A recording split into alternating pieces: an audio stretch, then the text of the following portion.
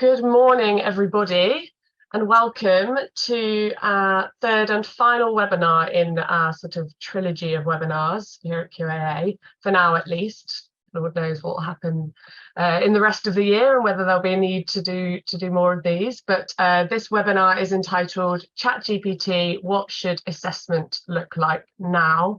For those that don't know me or haven't been to any of the previous webinars, my name is Eve Alcock. I am the Head of Public Affairs at QAA. And over the past few weeks, we've been convening these conversations in the higher education sector about how to respond to the rise of generative AI in higher education. So we started off a few weeks ago now with a discussion on whether to ban AI, which all our speakers unanimously agreed was neither feasible nor desirable. So we know that these tools are here to stay and that there's big opportunities with them. And just before the Easter break, we heard from more experts about how we can tangibly use generative AI tools as a force for good in learning and teaching. If you missed either of those two webinars and want to see what was said there, you can watch both recordings on QAA's YouTube channel. My colleagues can probably find the links to those if that's easier and pop them in the chat for you. So then if we know we need to embrace these tools and we assume that students will need to know how to use them to be a competitive graduate in the labour market, we're now today posing the question, what should assessment look like now? To help us answer that question, we are joined by four brilliant speakers. We have Jan McArthur, who's a senior lecturer in the Department of Educational Research at Lancaster University. Matt Glanville, who's Head of Assessment Principles and Practice at the International Baccalaureate. Dr Thomas Lancaster, a Senior Teaching Fellow at Imperial College London and member of QAA's Academic Integrity Advisory Group. And George Bryant-Aird, who's the Faculty Regulation and Governance Officer at Edge Hill University. So a brilliant array of speakers for us this morning. Our speakers are going to each speak for about 8 minutes in turn, giving their response to the question, what should assessment look like now? Please do put your questions for the panelists in the chat as we go, and we'll try and squeeze in as many as we can in a Q&A before we finish.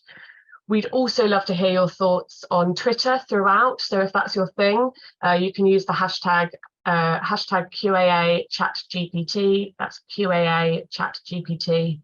And finally, a heads up to people that we will be recording this webinar for future use.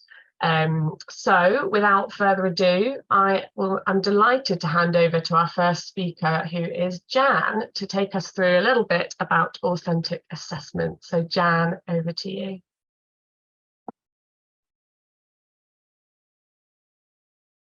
Right. Hello, lovely to be here, everyone.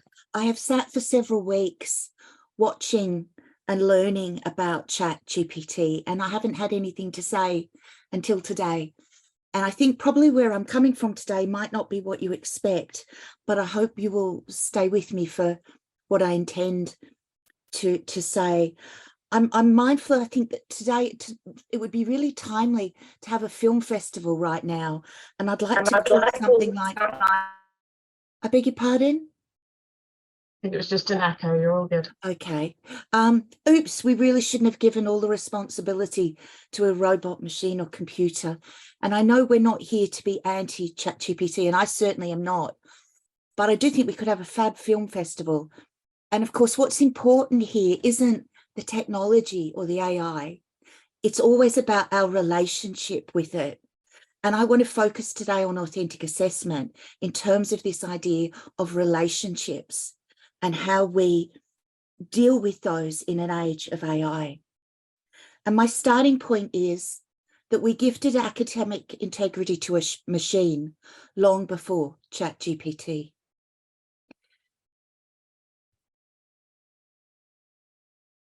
We lost sight of what matters about authentic assessment long before ChatGPT. And how we respond to ChatGPT and how we nurture authentic assessment, sorry, computer playing up, rests on values and principles that we should have attended to long before ChatGPT. And there has been a rich research literature on the need for more diverse, authentic and meaningful assessments for decades, long before ChatGPT. And we have to reflect on why we have so many people on this call and why suddenly assessment is getting the attention of people that it didn't before, because I'm not sure that's a really good reflection on us as a sector. And as I said, this isn't, I'm definitely, there's no point being against this, but we use this term Luddites to talk about people who don't like machinery and who smashed up the machinery. And I think there's a misunderstanding there. And I've read this really lovely book on stories really from people who were Luddites. And it wasn't the tech that they objected to. It was the product. It was the product that lacked the careful craftsmanship that they were able to do. And it was the working conditions.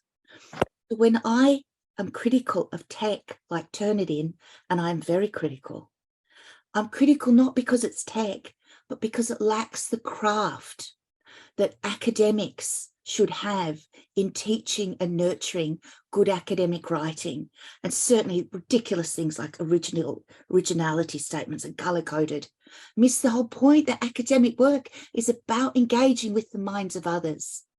So it's the product here that lacks the academic craftsmanship that is my concern. And as we look at AI, I want to make this statement that the conflation of poor referencing skills and plagiarism as the deliberate intention to deceive, has been disastrous for academic integrity, academic writing, and authentic assessment. And we need to go back to that point and not make the same mistakes again. We have a huge opportunity here to do things differently. So let's look just here at this little generic sense of what we might ask a student to think about if they were doing an essay or giving a presentation. Why is there only one of these that we've criminalised? Why is there only one of these that we say, be careful, you could go in front of a panel and you could be found guilty of not having clear writing? Why is there only one of them that we warn about in Freshers Week? Oh, you better have critical analysis or we'll get you. You'll be caught, you'll be guilty. We've completely distorted the nature of assessment by a misuse of some of the great technology available to us. And this is, for me, the starting point when I think about ChatGPT. And I don't understand it nearly as well as the other speakers. So authentic assessment is not about preparing for a real world that's somehow external to a student, which is a horrible notion. It's a really, really awful notion. But that's what the term is often used for. But authentic assessment is about relationships. So when we think about ChatGPT, we have to be thinking about these relationships: to teacher, student, peer, to self, to knowledge, and to society. And ChatGPT is the elephant in the room, and we must engage with it. But it does not absolve us of the responsibility to teach the academic craft and to assess it in honest, authentic, and genuine ways, however that may involve ChatGPT. And please beware of those who are offering a handful of magic beans. There is no magic bean answer to what ChatGPT is going to mean for our sector. This has always got to be going back to the roots of what we are doing. And what we are doing in higher education should be reflected in what we assess. And as we respond to ChatGPT, we cannot avoid the big basic questions of why do we assess? I've been going to so many things about assessment and nobody's prepared to talk about why we assess. And of course, I know we assess for certification and for learning and different things. But overall, there seems to be one big reason. We assess for a world beyond assessment. We assess because universities are uniquely charged with having a fundamental role in developing the trustworthy professionals of the future. So we assess because there's going to be a world in which doctors are functioning where there is no Turnitin, there is no checking the whole time and all the rest of it. And when we have the recent story of half of a fifth medical year cheating on their exam, great that we've got the tech to find them cheating, but what it really tells us is there's been 5 years of education wasted. If half the cohort wants to cheat and they don't have an internalized sense of being a doctor as being trustworthy and honorable, this is where we need to focus. So the topic of my talk, reimagining assessment authentically, the first thing is to imagine, to be prepared to imagine that we don't have to accept the taken for granted of how we assess and why we assess. So we need to think differently, and we need to remember that there are human beings involved. And saying that is not a human versus robot argument.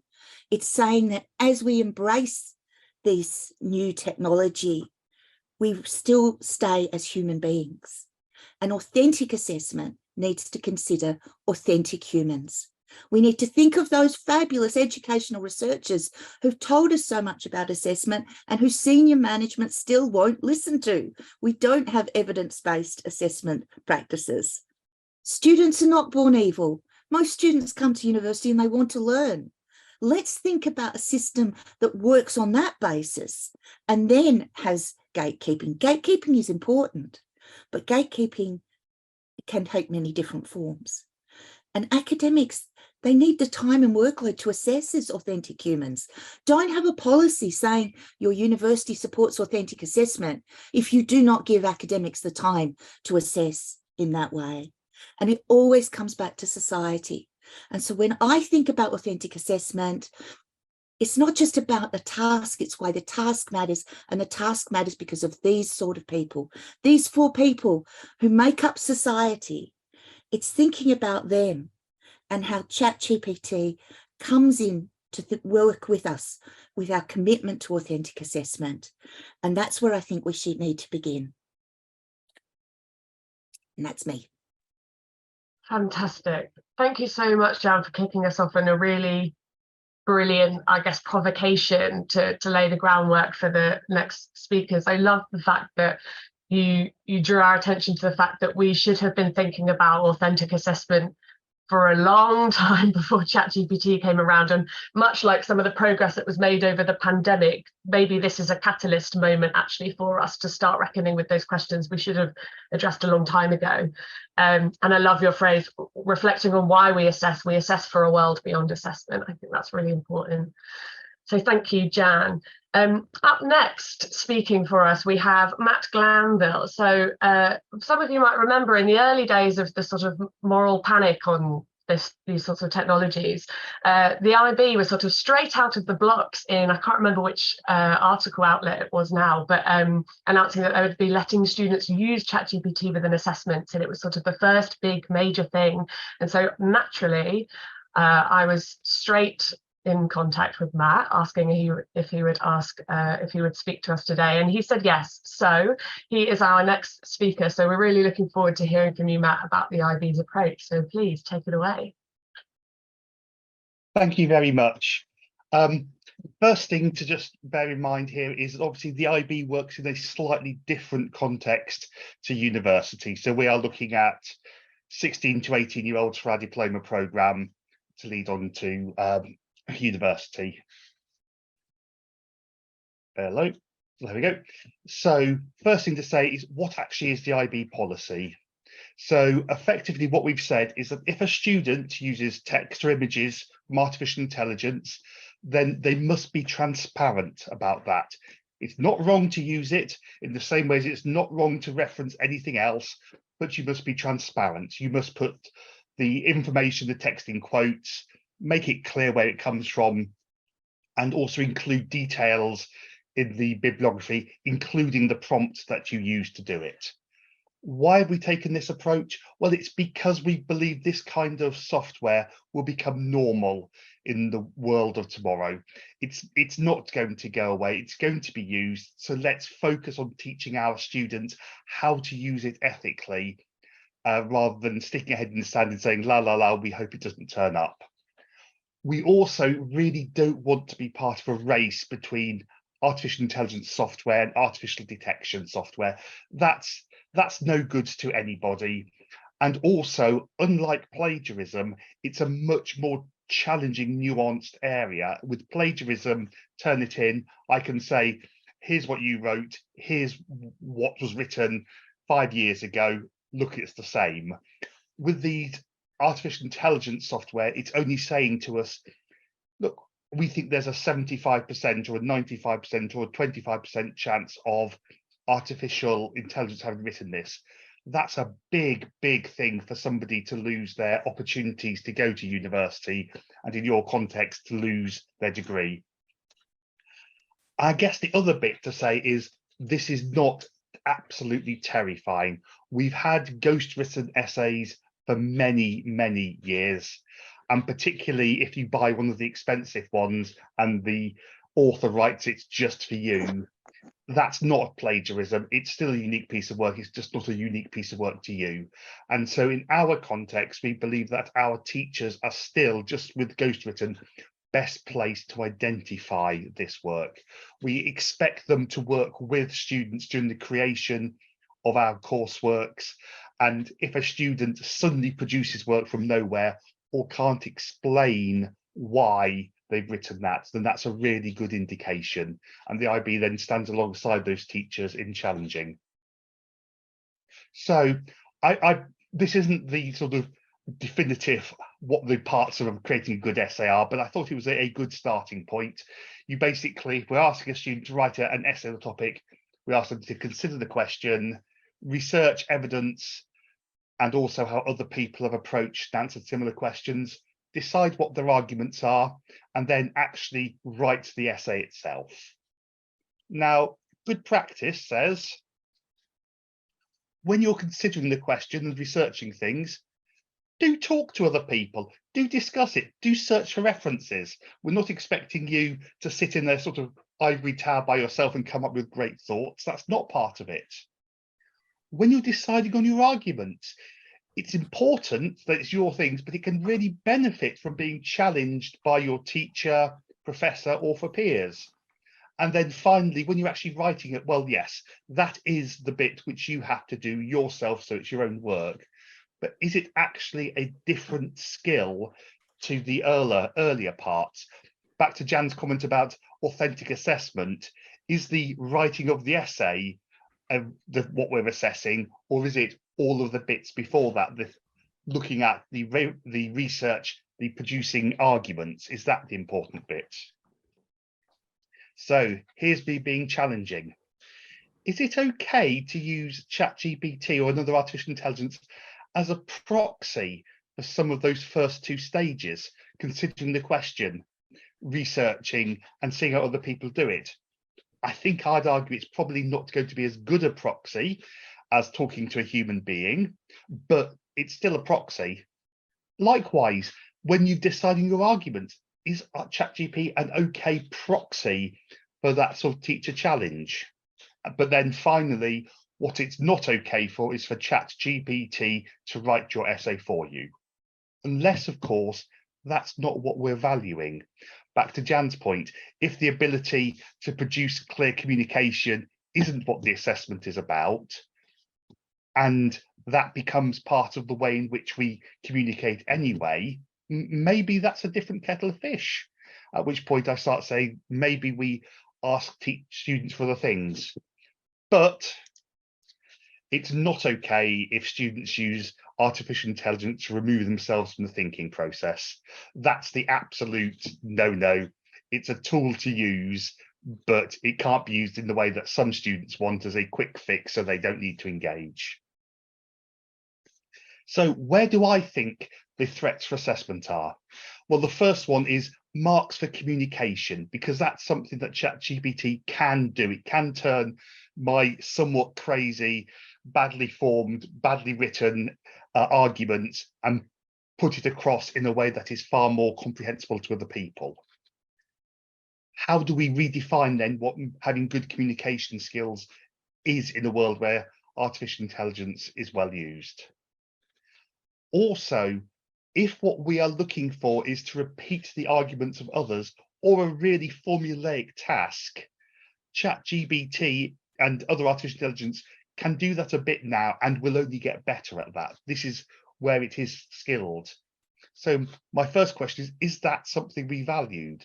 Are we after just being able to have our students regurgitate what's been put out there? And also then, and this is a real concern to me, often that's what we see in terms of lower graded students. They've only repeated what other people have said, they've not extended it.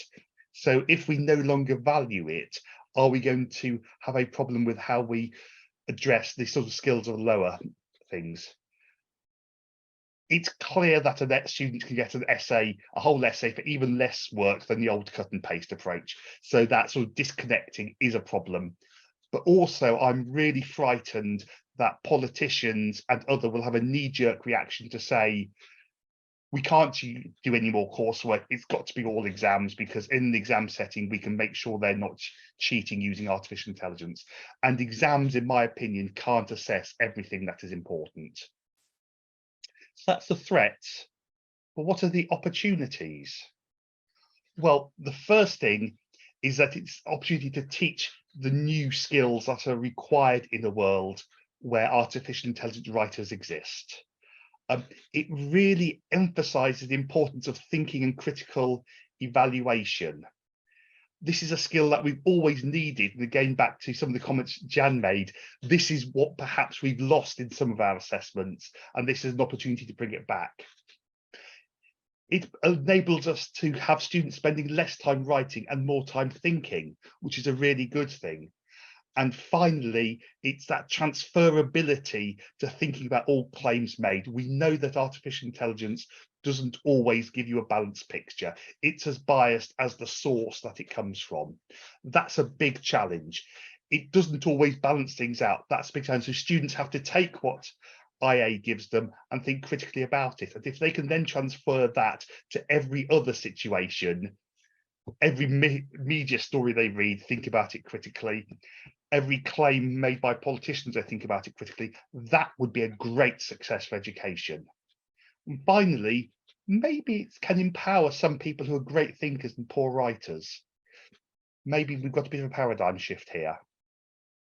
So I'm also going to spend just a few seconds asking you some questions about really how artificial intelligence can be used by awarding bodies and by universities rather than a student.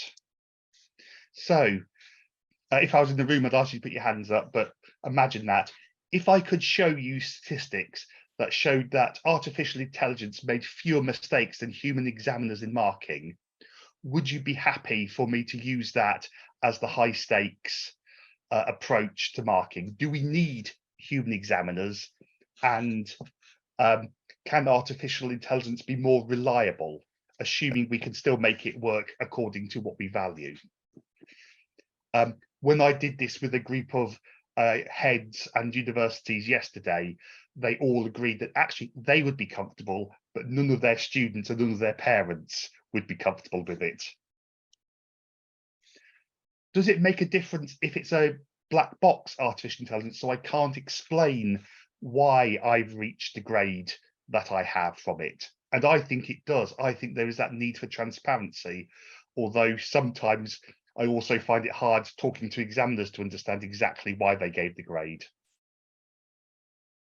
So a different approach then, we've got adaptive testing, where we focus the questioning on the area that is of most value for that student. So the answer they give to one directs them to another part. This can be a really powerful tool for avoiding students doing a lot of work and making mistakes in questions that aren't really testing what they can do.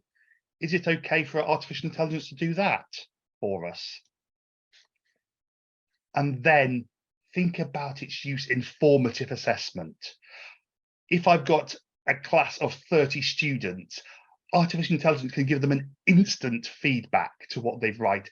It's not as good as a teacher doing it. It's probably going to be a little bit formulaic, but it's there instantly. And then the teacher can use that to start thinking about how they advise the student. So maybe there's a really interesting role there. And again, as a classroom teacher in the past, I know if I've got an hour less than 30 students, that works out to 2 minutes a student. Artificial intelligence can really help me there. So finally then, what is it that the IB is currently doing? well, we're collating examples of great practice. The overwhelming message we're getting from our teachers is, yeah, they understand the principles, but they want examples of how to work in practice. So that's the first thing we're doing. We're working with our schools to try and get good examples. Think about the skills that are needed in a world where artificial intelligence is amongst us. I've deliberately deleted the word new there, because again, I think that is actually a lot of the skills that we should always have had, we just may have forgotten. Identifying where we need to change marking criteria because of artificial intelligence. I don't believe the essay is dead. I think it's still a really good way of communicating, but I think we need to understand how we change that, what we value, maybe more focus on the arguments than on the structure. And I also believe there are skills that are best assessed in coursework, not exams. So we can't just say, get rid of it. And then as we move to digital assessment, and we have to move to digital assessment for this because in my experience, computers are really poor at reading student handwriting, even worse than we are. Investigating whether we can use artificial intelligence marking as a quality check with our human markers. And also thinking about what's the scope for artificial intelligence to write exam questions for us. Are they better than humans? Is the process the AI comes up with an idea and the human polishes it? Is it the other way around? Is it the human creates the idea and the artificial intelligence polishes it? What are the opportunities here? Thank you very much. Brilliant. Thank you so much, Matt. It's really useful to hear from the IB and kind of the further education perspective, and naturally there will be some challenges in applying to an HE sector and some of the scaling issues and all of that sort of stuff. But I really resonated with your point about actually what would it look like if an assessment helped to authenticate the learning journey rather than just the learning output at the end. Yeah. And the questions that you posed, those sort of provocations at the end, I thought were really brilliant. So thank you. I just wanted to say as well how thoughtful and rich the chat is. Like, so many brilliant thoughts from attendees as we've been going through the presentation. So do have a scroll through if you get a moment. Up next, our next speaker is Dr. Thomas Lancaster. Thomas has done lots of stuff with QAA in the past, particularly around academic integrity. So over to you, Thomas. What do you think assessment should look like now? Yeah, thanks very much, Eve. Great to see everyone today. Here, I just seem to spend my life talking about ChatGPT, academic integrity, generative AI. So I apologize, I have no slides, even though I very nearly got ChatGPT to make a few for me while the other presenters were speaking. But I'm just going to share some of my thoughts and see the brilliant job the QAA is doing of capturing all of this on Twitter as well. I'm impressed for this. I've got a student actually at the moment who's working on a project using AI to live tweet the content of talks. So whether all of this can be automated, and to me, that just sums up that we have real world applications for much of this technology. So there's a few take-home messages. I mean, I do much longer talks about this, so I can only cover a few things. First of all, you're all going to have a different view about this in your own fields. Every subject is different, and technology is changing all the time. I gave a talk a month ago that is now completely outdated just because of how fast this field is moving on. And it's a real challenge for us to keep up to date with this. It's a real challenge for other people, colleagues, students to keep up to date with this as well. So everyone who's looking for a magic bullet type solution is not going to get one there. But generative AI is not new. It's been around for years. I was doing many of the things that we're talking about ChatGPT doing a year ago or more. We could generate the content of assessments already. What is new is the easy to use package, which makes it available to students, often for free. It's not always available there. People who have more money can pay for more access. People in different countries may not necessarily have access, There are complications if they're from a different country and studying in the UK as to whether or not they may have access. So it's not something we can assume that we just tell our students, go out there and use it and you will be able to. It's not as simple as all of that. There are all kinds of complications we have to consider at an institutional level here. And I've spent most of my life working on the problem of contract cheating, a student paying someone or using someone to do their work for them. Generative AI is largely the same problem, it's just a something, but you have to have some skills to direct the task to get this done well, which is a slight difference, but generally it's that something part of the equation there. So much of what I've said is the same. The type of information I gave about the type of assessments that work well are things where we know a student is actively involved. And I think this came up earlier, process, not just product. How did we get to the end of that? Incredibly tough sometimes to follow if we're all incredibly overloaded. So we have to be smart and strategic about this. I saw mention in the chat several interesting things. One of them about will contract cheating still happen in this world? I 100% think it will. I am still seeing examples of adverts. I'm seeing firms advertise that you're going to get work written by a human rather than by a machine. So it will still very much be out there. And people will see the benefit of having somebody who has that level of oversight above a machine. Now, of course, who knows if any of these people speak the truth or not, and whether there is a machine being used somewhere in the background for this. But so much of this comes down to the question of writing and the word essays. I don't know what role essays have in the majority of educational system. I don't want to mark hundreds of essays written by a machine, even if we know this is possible. Complete waste of my time. I have still never sat an essay question in my life as a computer scientist. I have had, of course, written assignments involving things like dissertations or literature reviews, but there are other skills that feed into those type of assignments. Yes, the essay is a gold standard in some fields, but the essay as we get it generated straight from a prompt at the moment is not always the most useful one. Just check everyone is on mute and then I will continue there. Thanks, everyone. So what I want us to think about, a few questions really about the student's learning journey. So what stage is a student at when they arrive at university? Do they understand this technology? Can they use this successfully or not? And generative AI, it sounds like it should be simple. You type a prompt in, you get some results, but there are all kinds of things you can do in terms of the quality of the prompts, in terms of the information you provide earlier on in the conversation that influences later parts of the conversation.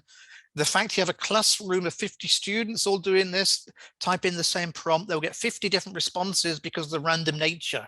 And I saw in the chat people commenting about, can ChatGPT identify as something is written by a human or by a machine? Well, you ask it that question on a different day, you'll get a different answer. Sometimes it will say, yes, it is by a machine.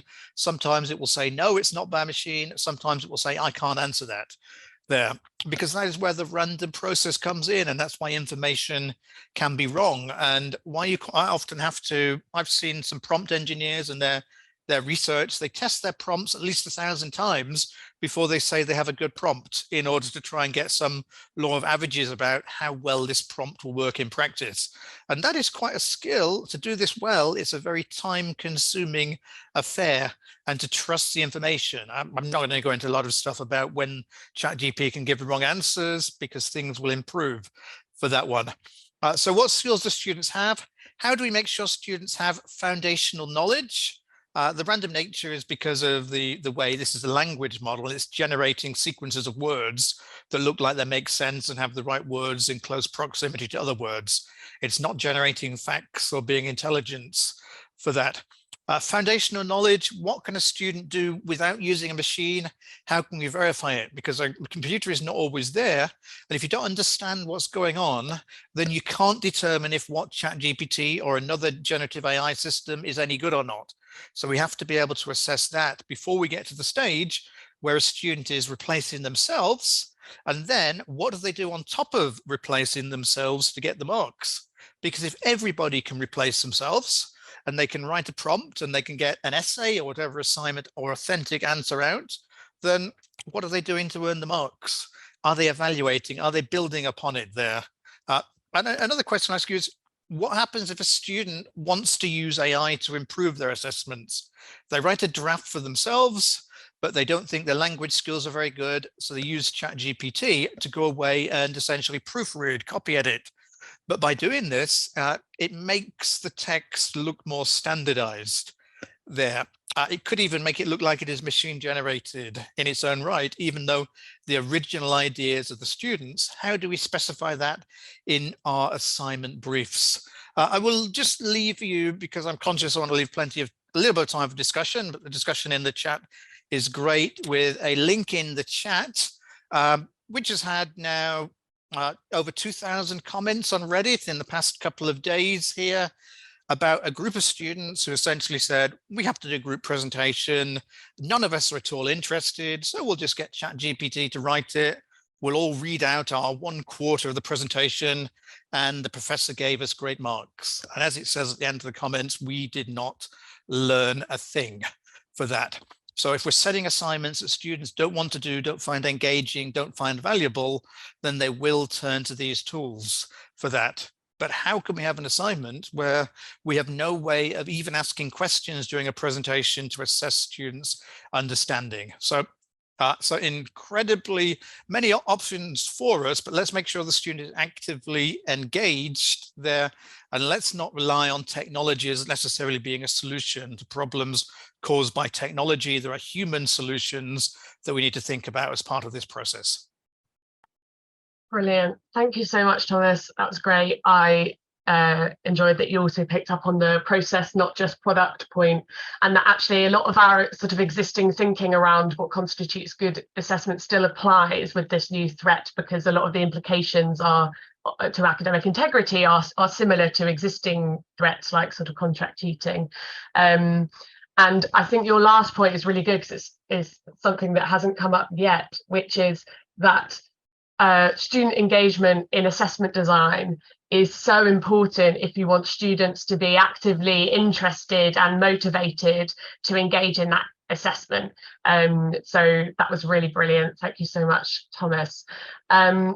This is a reminder to put questions for panelists in the chat for when we get to the Q&A session. But before we do that, we are joined by our last speaker, George Bryant-Aird, who, for those who are in the UK, he's fresh from wonky fame. If someone can mute, if they're not muted, perfect, thank you. Yeah, fresh from wonky fame, George wrote a brilliant article about assessment and ChatGPT recently, which will pop in the chat if you haven't had a look, but you might not need to, because he's here live to speak to us about it. So George, over to you and your perspective on what you think assessment should look like now.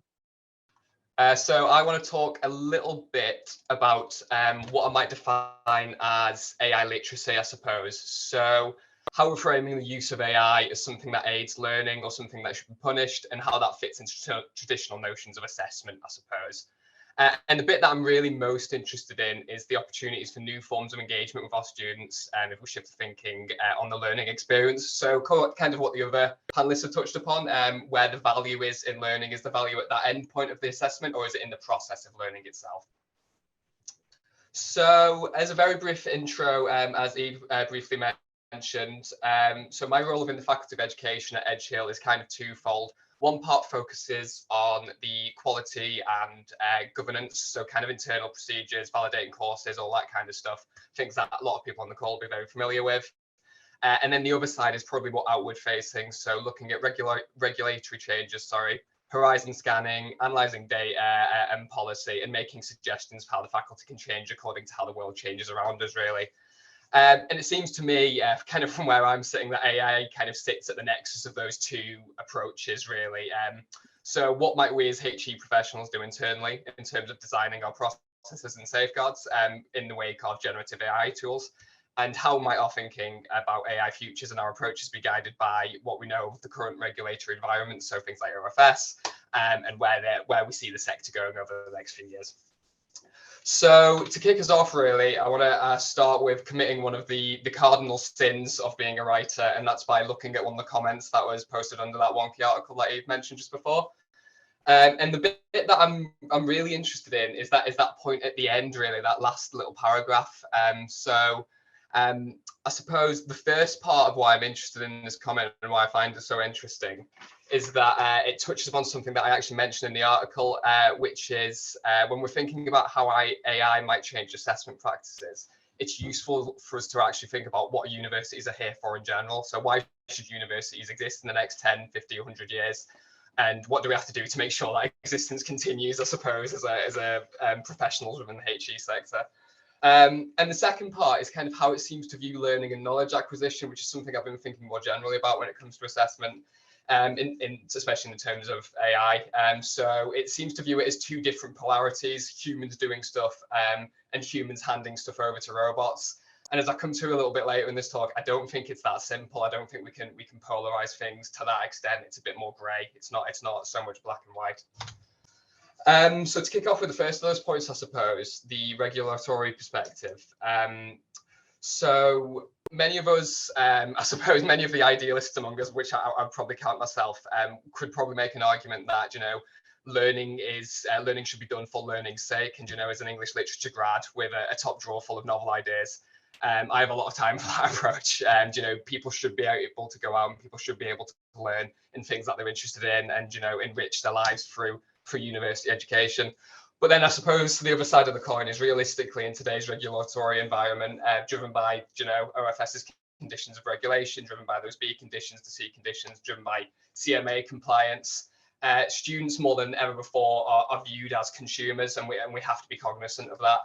And universities really have to keep a dual eye on experience and outcomes if they wish to stay under that regulatory radar that we know OFS is more boots on the ground these days. So if we're asking how AI might change assessments with an emphasis on the current regulatory environment, I would argue that assessments need to be using as many forms of authentic assessment as possible to prepare students for the world of work. So to go back to that original comment, what struck me is if our solution to this is just to throw a load of closed book exams at students, as to eliminate the threat of ChatGPT, all we do is create a whole new raft of regulatory issues. This exams with the complete isolation of exams with no coursework is not preparing students for any real world scenarios, really. Exams have a place in that assessment diet, but they can't be used in isolation. And two, I think it's safe to say that we'd be expecting an avalanche of poor NSS results, and student experience indicators of all students were doing was just trouncing from exam hall to exam hall and doing closed book exams. We want to engage students, as has been mentioned in this panel before. We want them to be interested in the assessments they're doing, and just the exclusive use of closed book exams is not going to do that. So what we're talking about here really is balance. It's engaging with new tools to create authentic assessments for students in a way where we can be confident in the academic rigor and the integrity of those assessments and grades. So I suppose as a broader question, which was also mentioned in that original comment, I suppose what we have to do is view what is learning. So what constitutes learning and how do we frame that in the wake of AI? So on the one side, you could view learning experience in more traditional terms. You could take, the student takes in exam material, they formulate their opinions, and then they're assessed on the extent to which they understand that material and how well they can critically evaluate that information. The issue I suppose many of us are looking at here is the mechanism for doing that tends to be essays in a lot of subjects. And if software can now do that process at a sophisticated level, I suppose you'd make the point, what is the point in doing them? So this is where I think that kind of polarized thinking is unhelpful. I'd argue that when thinking about assessment, we can't do technology and people as separate. It's much more useful to think of technology as an extension of the self, because that allows us to design assessment methods that both reflect our real world experience and allow us to use tools to augment and aid learning. So we start focusing more on the process. What does the process mean? What are we going to start to how do we teach students to be critical? How do we teach students to engage in the methodology side of things? And then how do we put an emphasis on that in our assessment practices? So to use a very brief but very blunt example, when I was scrolling through a lot of forums on AI, this kind of someone briefly touched upon this, and I found it quite interesting. So I suppose how I drive my car, the era that I learned to drive a car and how I was tested driving my car, is different to how my parents will have been tested driving their car, obviously.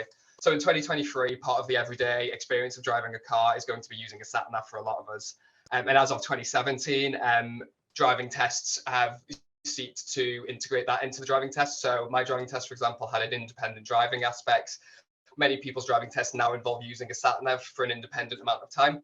And clearly, when my parents learned to drive, that aspect of the test did not exist. So both me and my parents both learned how to drive using those fundamental skills, but the method of assessment has changed with the integration of technology. So clearly, using a sat nav, you wouldn't argue that that is cheating at driving. It's not, but it is viewed as a ubiquitous part of the driving experience. And that's kind of where I'm at with AI, I suppose. Again, it's a very blunt metaphor, I suppose. But things like the soon-to-be integrated Google Bard tool and Microsoft Copilot tools are going to make AI suggestions and prompts a ubiquitous part of that essay writing experience, if we're going to use that as an example. Just like spell checkers are in Microsoft Word documents, and just like sat navs are for driving. So what we're not talking about anymore is logging into a ChatGPT style app and asking it specific essay-based questions.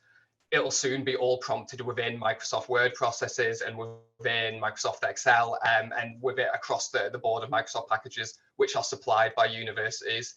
So it's not really good enough for us to say as a university sector that the use of AI tools may result in punishment, especially when there's no reliable way for us to detect those tools and we're actually providing them to the student. So what we really have to think about is learning as an experience. If we accept at an early stage that AI literacy and AI augmented learning is inevitable, then we can better think creatively about how to engage our students in the use of those tools and their learning. And it strikes me what we might be looking at there as a practical tool is an era kind of the viva, of the presentation, of the methodology, you know, a more critical post-mission reflection of how materials have been assembled and the students' own original thoughts on the implications of their work. I really like Jan's point before about, you know, we assess for a world beyond assessment. I think that's exactly what we're looking at. We're looking to create assessments that have that academic rigor, or that are prepared for students using tools that they're actually going to be using following graduation. So a really quick, because I know we're on time limits here, a really quick and a really good example that our head of research in the faculty introduced me to recently is vertically integrated projects, as you know, as a method of assessment and as a method of learning.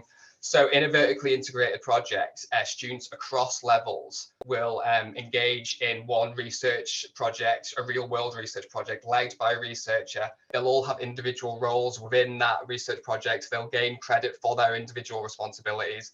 And then throughout the project, they'll engage in kind of critical reflections of what their role has been. You know, they'll be using tools like AI tools, but like other technology and tools to help them build that portfolio of work, to help them deliver that work. And then at the end, you do a critical reflection with your module lead about what you've done. And, you know, that's more of a viva-based kind of assessment in a lot of cases. So, you know, there is an actual conversation there. It's about person-to-person contact and person-to-person education. So for me, as someone in a faculty of education, obviously you can imagine this application to teachers, you know, building a teaching portfolio, building your lesson curricula, outside, like using this kind of method, and then at the end having a critical discussion with a seminar lead about how you use those tools and, you know, the ethical responsibilities of using those tools and how you're going to use it in a professional setting. Again, I admit, in a professional setting, a lot of these questions are a lot easier, but I do think that that critical conversation that you can have with your course leaders applies to things like, you know, English courses and essay-based subjects and more kind of arts and sciences-based subjects. So I suppose, just to finish off, the elephant in the room really of what I'm talking about there is resources. You know, there's only so many staff, there's a growing number of students. Resource is going to be, over the next 10, 20, 50 years, it's going to be the real discussion at the centre of universities. You know, we have to move to more authentic assessments, which I think we're all kind of acknowledging that we are going to have to move towards, or at least discuss. Then we're going to need, you know, more teaching resource. I would argue that you might have to reduce the level of exams for students to enrich, you know, the exams that they do have and the assessments that they do have. You can have that critical discussion at the end, and it's not just like marking 200, you know, kind of formulaic essays at the end of a module. And I'll stop there, because I know there's time allocated for Q&A, and I've probably run a little bit over, but yeah, that's me. And thank you for listening, everyone. Thanks so much, George. That was great. I loved your phrase of technology as an extension of the self, and actually your blunt, perhaps, but brilliant analogy of the driving test, I think, was just really helpful. And those vertically integrated projects sound brilliant. And I kind of wish I'd been involved as one as a student. Cool. So we have probably about 6 or 7 minutes now for questions. So I'm just going to hand to my colleague Helena to flag what the some of the ones at the top of the list are, Helena, for our panelists to answer. Yeah, we've had a lot of questions, and in a good sign, some of the ones from earlier have been answered by consequent speakers. So the kind of the ones that have been top of my list have been changing as people have been contributing. The ones I want to kick off with are, there's questions about, you know, and George can speak to examples of this, but if we are shifting to the thinking planning stage rather than the final product, what does that look like in a written submission that you submit to Turnitin? How on earth do you kind of go about assessing that? There's also questions about, should we, rather than kind of assessing past knowledge, should we be looking at future competencies of students, and how can we do that authentically in assessments? And on the other side of this is Christian has asked, she wants to develop AI-proof assessments. So how can she go about that? Do AI-proof assessments exist, and how will we be pursuing them? I'd also add to that, should we be pursuing them? And then finally, just because I liked it because it was quite provocative, Steve has asked, we still teach children to multiply and to add up, even though calculators can do it for them. So what does this look like in an AI world? Brilliant. So a sort of handful there. What I might do in the interest of time is actually just come to each speaker in turn, and you can choose which of those resonates with you to give an answer to, if that's all right. So Thomas, can I come to you first? Which one of those would you like to give thoughts on? Yeah, I mean, I'll keep it at 30 seconds or so, because otherwise we'll run out of time and I will miss my next session. But the calculator question I talked about a lot at the session I gave yesterday. The slides are on my Twitter account at Dr. Lancaster, and the recording should be available soon as well for anyone interested. But we still need to know that people go into a supermarket and they can do sums, and they don't get overcharged for food, and they don't run out of finances there. So basic arithmetic and understanding of numbers is always going to be a core skill.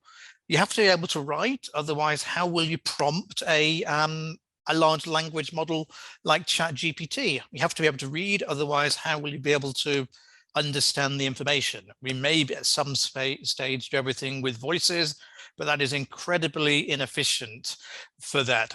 So unless we have the basics, and we have no way of evaluating where we have got to, and that's a stage that some students want to jump over that stage and miss out on the basics. The same problem as with contract cheating.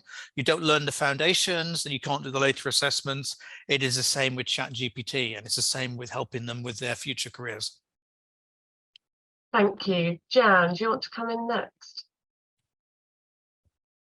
Yeah, so I'll pick up the question that has my old friend Turnitin mentioned in it, because I think if I may, I think the question sort of suggests what I was trying to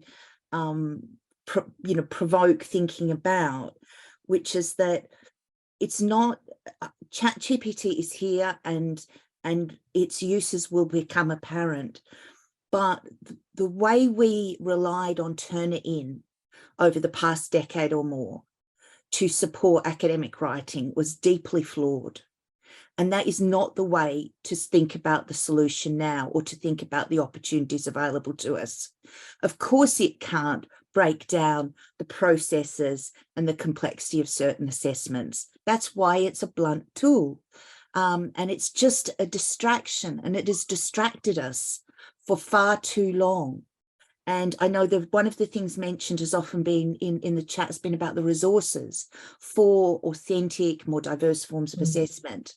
We have to find a way to realize that investing in academic labor is as worthwhile, if not more, than investing in a subscription to Turnitin.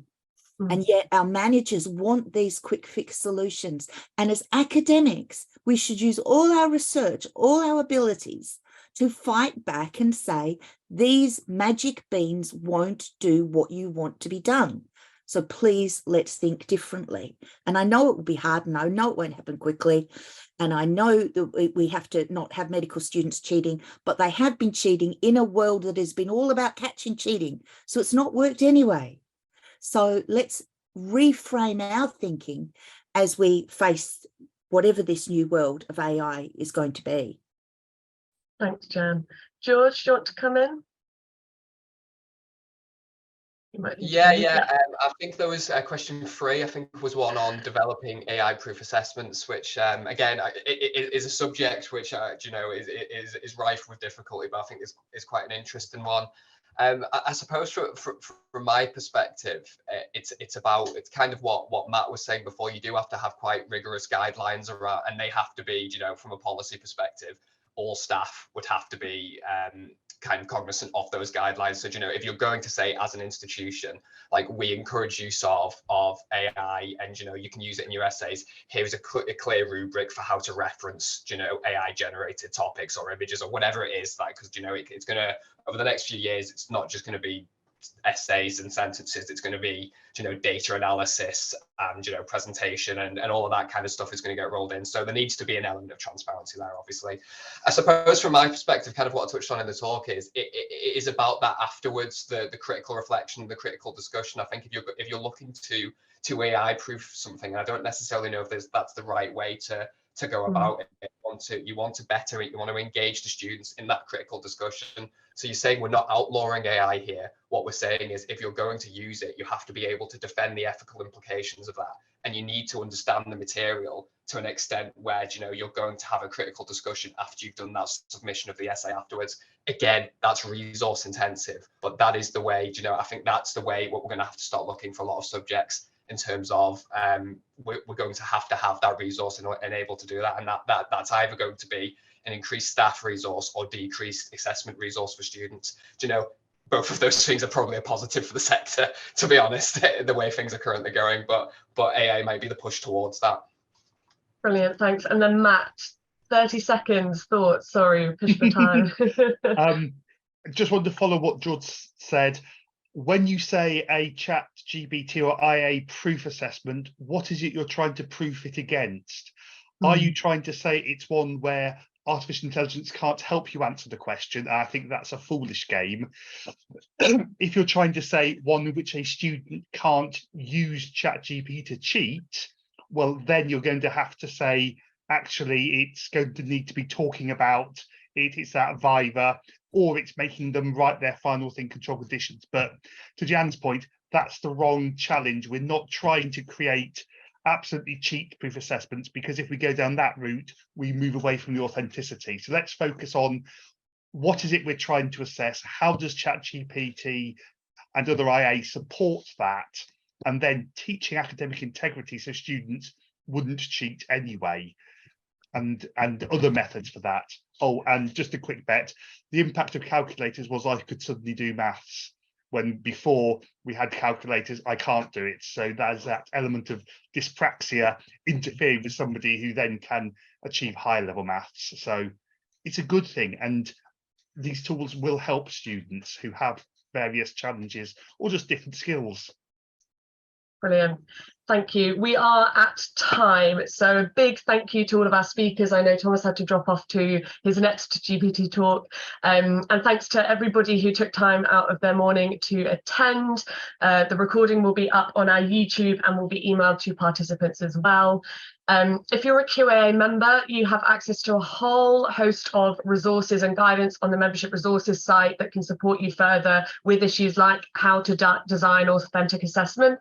If you're not sure if you're a member, you can check that list on our website. And if you're not a member and you would like to be, then please do email membership@qaa.ac.uk. That's membership@qaa.ac.uk for a conversation about how membership can support your organisation on issues like this moving forward. That is all from us. Thank you all again, and have a wonderful rest of your days. We'll see you all soon.